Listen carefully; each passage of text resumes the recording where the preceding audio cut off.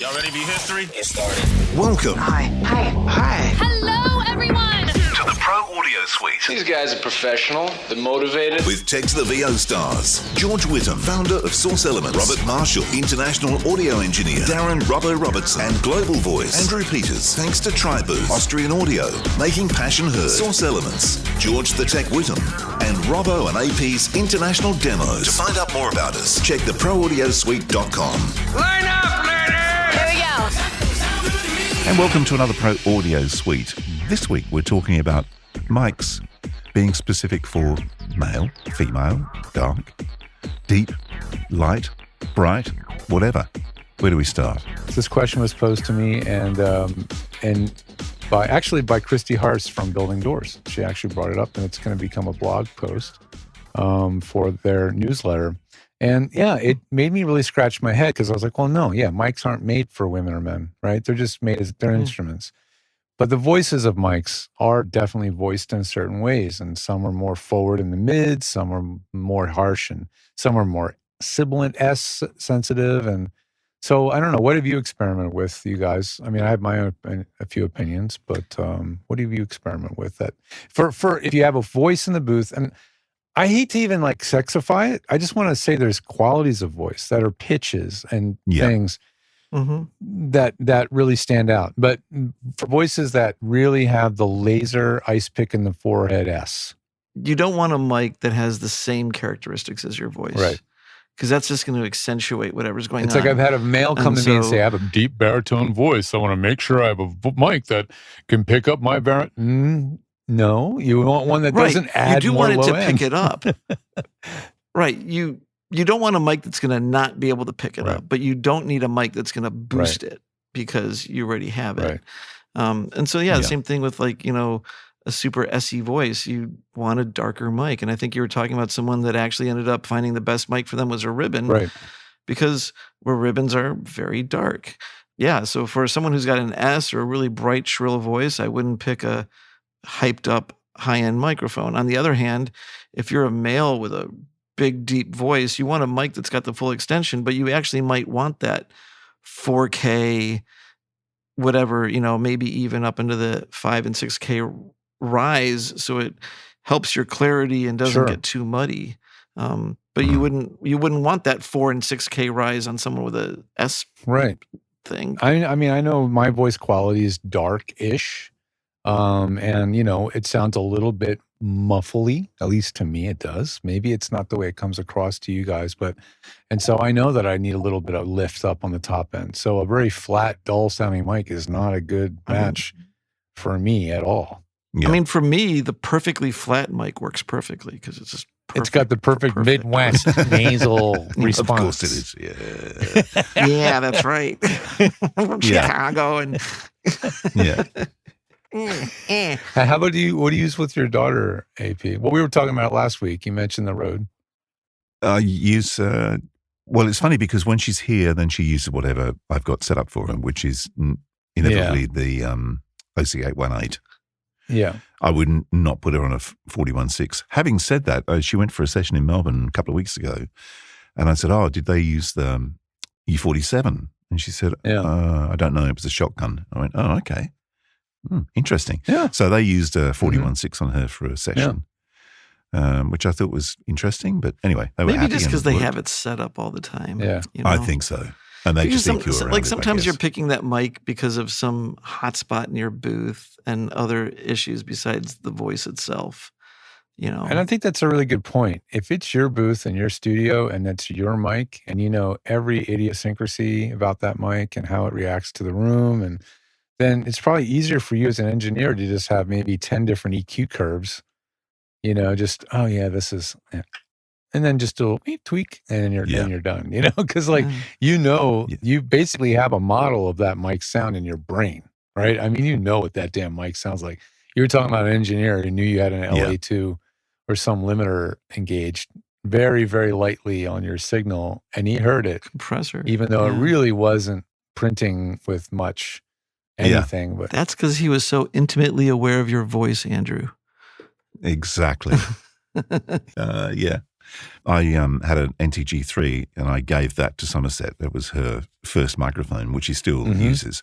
And I think for her, it's absolutely perfect because it has all the functionality of a typical shotgun. So for directional purposes, right. Just having to tighten the pattern, but it doesn't have that, ear bleeding toothpick in your eardrum. Yeah, I guess Rode just decided, well, let's make our version of a 416, but let's voice it the way we want to voice it, which is more, I don't know, is accurate the word, or is it just more flat? It's hard to say any of that, like accuracy and flat, and it's their version of what they like to hear. I find NTG3s to be rather muddy, I think, in comparison. I'm not a huge fan, but the NTG5, I think, has a wonderful balance of deep lows and a nice, pretty smooth top end. The top end is there. I don't think the NTG5 is as harsh as the 416, for example. No way. And it definitely has a better bass. Yes. Yeah. I think they looked at the NTG3. They know the 416 is just so pervasive. And they're like, let's kind of meet it in the middle. Let's voice it a little closer to a 416, but still have our own unique sound. The thing about the 416 is just the cut that it does. If you have a spot that has anything going on, it's just like, it's not necessarily pretty, but it cuts through. Funny because I use 416 here for promos. I use a 818 for commercial long reads. And my Rode case is an NTG5. And that's mainly because the NTG5, it travels easily. It's kind of more neutral than, it's not as neutral as the 818, but it's... And it's an RF mic. It uses an RF capsule design too, so it's impervious to humidity. Is it RF? Yeah. Which makes it a pretty good travel mic too, for that reason. And it's very light. The only problem with those NTG5s is that they do seem to have a reputation for just shitting the bed. Yeah, I've had a few clients with them. Flat out dying. Yeah, it's happened. They always replace it. Yeah, I was going to say exactly that. I was going to say that the thing about Rode is if it does shit the bed, then they'll buy you a new duvet. Yeah. Maybe chuck in a pillow. yeah. That is true. Yeah. Well, I've in the past I've found a few mics that I thought were really smooth and not overly hyped. The AT4047 SV, I think it is. Yeah, well, that one's got a transformer in it. The 4047's got a nice like saturation transformer. That's why. Yeah. So a transformer saturates and thereby smooths out transients or bright. It smooths stuff out. It just gives it that harmonic complexity that makes it less. The 4047 specifically has got a transformer in it. That's its thing. When you compare it to the 4033 or the 4040 or the 4050, I believe those are all probably transformerless. Transformerless. How about anything with 47 in the title is supposed to be evoking the tone of a U47? Yeah, darkness. I'm assuming. It's hard in audio to use that number and not end up voicing somehow that way. Yeah, evoking. And the 47 is voiced a little bit dark. The same thing with the 67 too. The 47 is a little bit brighter, isn't it? The 47 is pretty dark, and the 67 is like, it's got a lift, it's smoother. So mics that smooth But people out. like the 47 because it has a certain naturalness, I think, that it's kind of, and it was designed in 47, right? Yeah. Hence the model number? Yes, the dates, I believe those are the dates. I'm not sure. Doesn't that blow your mind that we still love that mic? And it's 80 years old? Yes, exactly. It's mind-blowing. It's really incredible. But how much of that is like placebos? Like, I really wonder, you take a really good mic, like, honestly, like an 818, and it's so smooth. It's so very clear. Good. I don't know if I've ever heard anybody AB an actual U47 against an OC818, but I would imagine they would compare very favorably. I'd say the 818 would be more like a C12. Actually, the C12 comes up too, because my friend was an engineer, and when digital came out, and he was an engineer all through the 60s and 70s, and he's like, you're always fighting noise, you're always fighting tape hiss. And then these digital systems come out and there are no noise. And it's like, holy shit, we finally have what we want. And then all you kids are like, no, it doesn't sound as good as the old stuff. And he's like, do you know what the old shit was? Did you work on it? Do you really know what you're asking for? And he was convinced that actually people fell in love with the sound of we were talking about tape decks at the time, but just they fell in love with the sound of a tape deck that hasn't been biased and aligned in 3 weeks. And, it's like, or people have, it's a famous thing with 67s and 47s, and you can get 10 of them, and all 10 of them sound different, especially at the age. Yeah, so of course they do. What are we all falling in love with here? Because there's no consistency about this stuff that we are that is true. supposedly thinking we're in love with. Talking about microphones, I saw a message someone sent us, and I wish I could find it because I could tell you who it was, but I've forgotten now. But he said, I can't believe in the next couple of weeks that no one is going to mention the new Bon Scott edition of the U47 FET. Bon Scott? AC/DC. The AC/DC. Oh, the late Bon right? Scott, who would have turned 80. You mean a naming licensed mic by Neumann? Yeah, you check it out. Mhm. It's really interesting. No kidding. Martin Mahoney. I think Neumann it was, doesn't sent do us. Rockstar and licensed They mics, do now. do they? Now that they're owned by Sennheiser, they do. It's a black version of the U47 FET. Their first albums were recorded in Sydney. They would have been on a Neve, and maybe they had U47s there. But then they It's recorded funny because in the 47 UK FET is more and- known for kick drums. I think The FET. actually. someone at Neumann Yeah. is going, you know what? There is a market out there for a product like this. There's plenty of money to go around thanks to the Yeah. market right now. Let's tap in. Let's go take that fine mic and put a U47 body on it. And So this is Bon not the Scott. TLM47. This is the U47. So this thing, I mean, what are these things going to map at? 20 grand? I mean, what are these going to be selling for? Oh, God knows. no, probably about $2 or $3 grand. They'll probably be $2 or $3 grand, I bet. It's not a tube mic. It's no, an it's a FET. U47. It's a not the- FET. Oh, it is It's a FET. FET. Okay, you're right. U47. I apologize. Yeah. Yeah. It's a FET. It's a It's not a U47 FET. tube. Yeah. Fascinating. I think actually they usually call it a FET 47, FET I believe, 47. more than a U47. Yeah. Yeah. But yeah. Okay. Still, yeah, it would be in the 2,000 to 3,000, I think, range for that.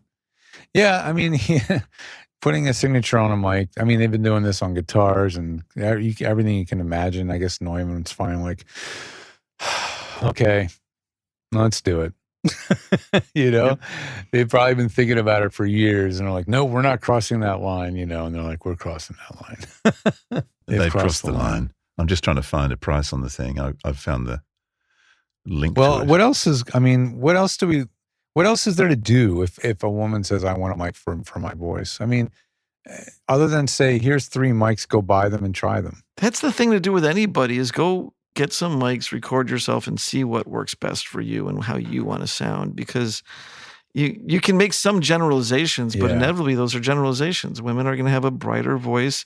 They're going to have less low end. You can maybe have a higher high pass setting if you want and get away with it because there's less body and chest.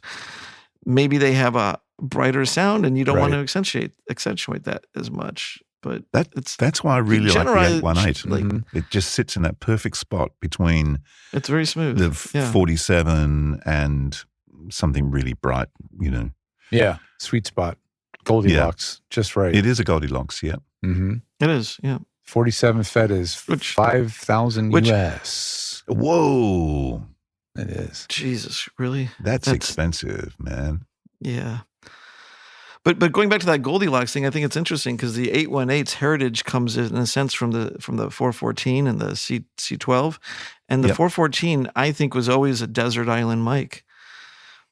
If you could only have one mic, 414? Yeah, it's a do-it-all. I mean, it really Yeah. can. And the 818's just the spiritual successor of that with just It's almost even like more an tech. improvement of it, I dare Yeah. say. Yeah.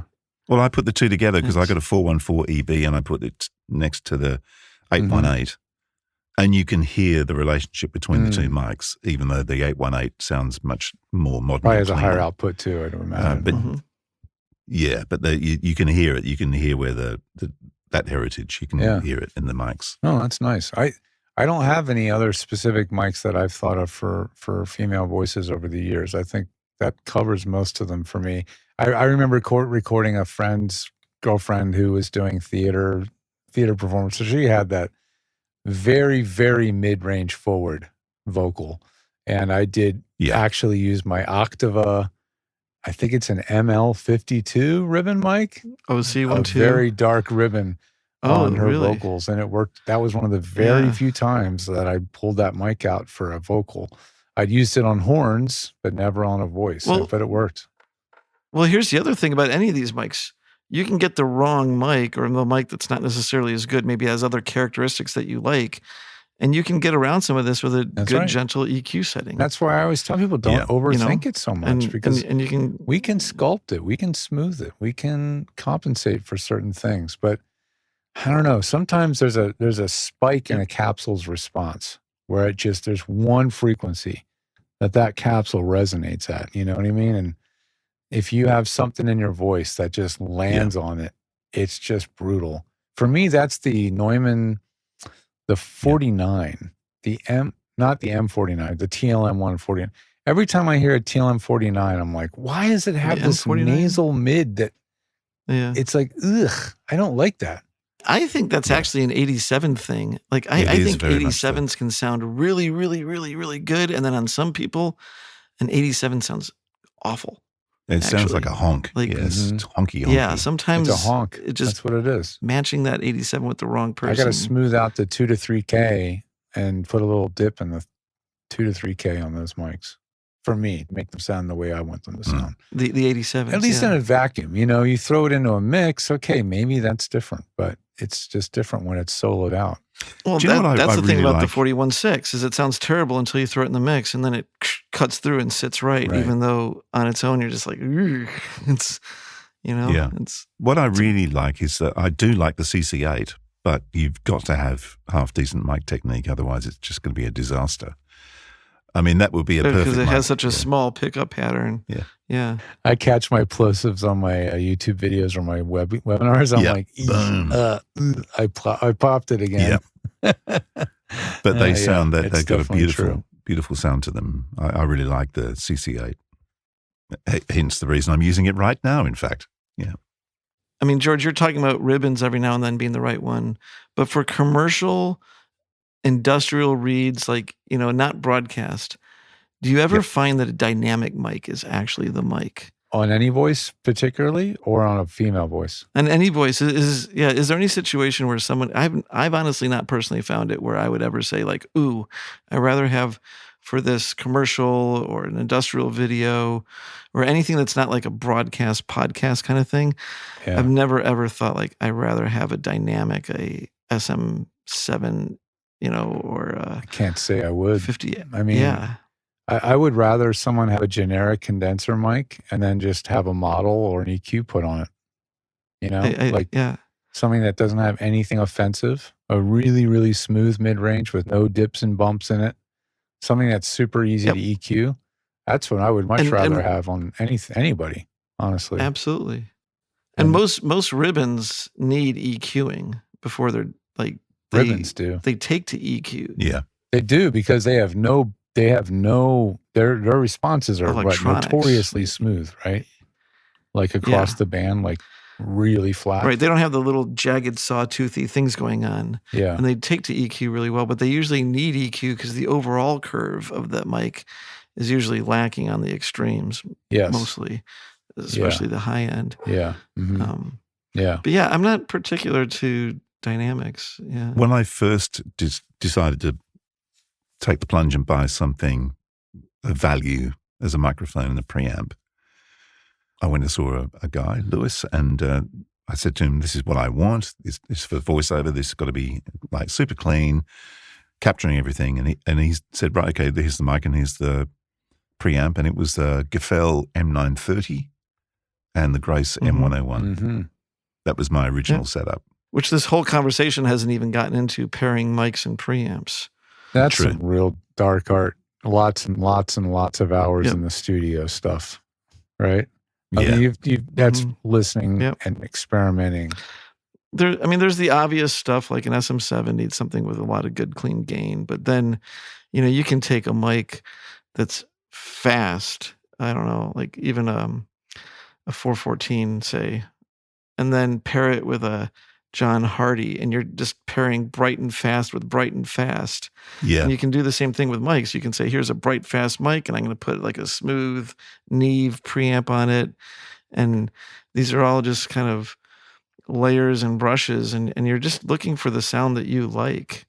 Really, when you say it's hard fast, to- you're talking about reaction time to transients. Okay. Yeah. Like a Exactly. T will be a less crisp The really sound if Yeah, it's a like, slower. if you have a lot of mouth noise, then getting that Grace mic preamp is probably not going to be your best friend because it's quick and fast and a straight It's wire. brutally honest.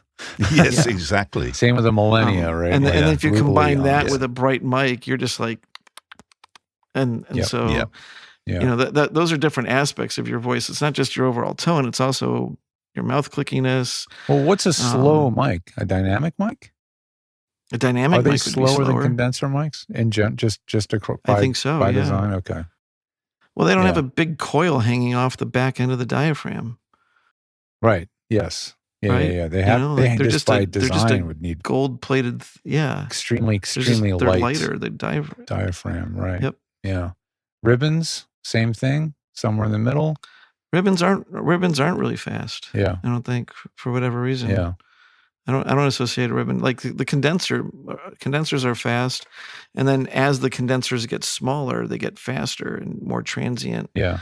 Because What's a ribbon mic that if you could get a ribbon mic that had the pickup pattern of a I don't know, a cardioid cardioid? pickup ribbon, what would be the ultimate cardioid ribbon mic? I I will think have those a crack at this. those AEA ribbons, I hear a lot. I've not owned one, but I've seen some of those almost not need EQ. So they either have some EQ going on in them, but I've seen and heard some really good stuff from the AEA ribbons. I don't have a lot of experience with Royers, but I get the feeling that Royers are very ribbony. They're excellent. And not necessarily, yeah.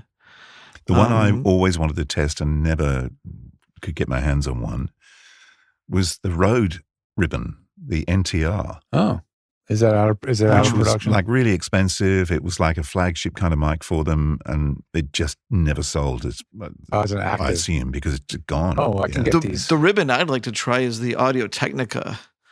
Audio Technica made a super high end ribbon too. Rode selling theirs It was- on. It's interesting with ribbons because the less expensive ribbons, they really Right. get dark. Yeah. A used NTR, by the way, is $450 US. Not too bad. Yeah. For a ribbon mic. How much is that Audio Technica ribbon though? That thing's like $2,000. I don't know, think. but I did see did you see that? What's that Latvian mic company? They used to make one that has a hole in the middle. Jay-Z? Dual ribbon condenser now. Yeah, Jay-Z. Jay-Z, yeah. It's inside the same head basket. Wow. Like literally, there's a ribbon and a condenser in the head basket next to each The other. ribbon mic I want actually is the Fostex printed ribbon. Really? That No kidding. Yeah, you can't get those anymore, and they are a distinctly different type of ribbon mic, like the construction and Huh. everything. I'm not even sure how they're made, but they're kind of like the hybrid between a dynamic mic Jeez, and I a can't even find traditional one of those ribbon mic. things. Yeah, Oh, okay. oh, they're rare as shit. The Fostex printed ribbon, but they're also like $2,000. You know, you don't associate Fostex with like that kind of gear, but yeah, that's a really interesting one, and they're supposed to sound really good. And so the Rode I heard was Yeah. like not like any other ribbon. I don't know what's different about it, but people loved it. And it just Shure didn't- also has a series of ribbon mics that are supposed to be really good. And they actually make it out of some material that makes it so that you can put them in front of kick drums and they don't get destroyed. Yeah. But I think they didn't sell enough of them. And I think they're just like, who cares about that line? Like they're not pushing it. Yeah, I think sales is always going to be a thing. They could come up with the greatest mic, but if it just Yeah. doesn't grow legs and then is expensive to manufacture, and it's difficult to repair and all this kind of stuff, it's just, they're going to be like, it's not worth it anymore. This is one of the Fostex ones. This is called the M20 RP. Yeah, it's like the M11 RP. M11. The M88 RP. There's M11 right here. But it says here, it's a hybrid diaphragm, uses a thin membrane with a photo-etched metal coil, acting like a cross between a dynamic voice coil and a ribbon element, like I said. Where is Fostex out of anyway? Fostex is Japanese, yeah. Japanese, I believe okay. Fostex was people that came out of TIAC. Oh, okay. I believe. Mm-hmm. Yeah. Very interesting. Yeah, never ever came across that mic. It's got a voicing control on the bottom as well, sort of like an SM. Well, it's got a roll off. It's got a low end or a low cut switch on the bottom of it. Yeah, it's just a roll off. Yeah, I still feel like the OC818 is pretty close to a desert island voiceover mic, I think. I think it is. I mean, geez. And that's before you even crack open their plugin, and start playing with the polar pattern designer. Because, geez, if you start using a pattern designer, now you can completely sculpt the 5 bands on the mic. Per frequency, totally polar response. It's like, Which you can use that on other mics too. Any mic that's got the dual output, just you can use that plugin on it. But no, it is. It's. I have something else I want to talk about, but I'm not going to do it on the show. Oh, okay. Okay. I have another And that's idea. the perfect out. It is the perfect out. I'm going shopping. Well, that was fun. Is it over? The Pro Audio Suite, with thanks to Tribooth and Austrian Audio. Recorded using Source Connect. Edited by Andrew Peters and mixed by Robbo. Got your own audio issues? Just ask Robbo.com. With tech support from George the Tech Whittam. Don't forget to subscribe to the show and join in the conversation on our Facebook group. To leave a comment, suggest a topic, or just say g'day, drop us a note at our website, proaudiosuite.com.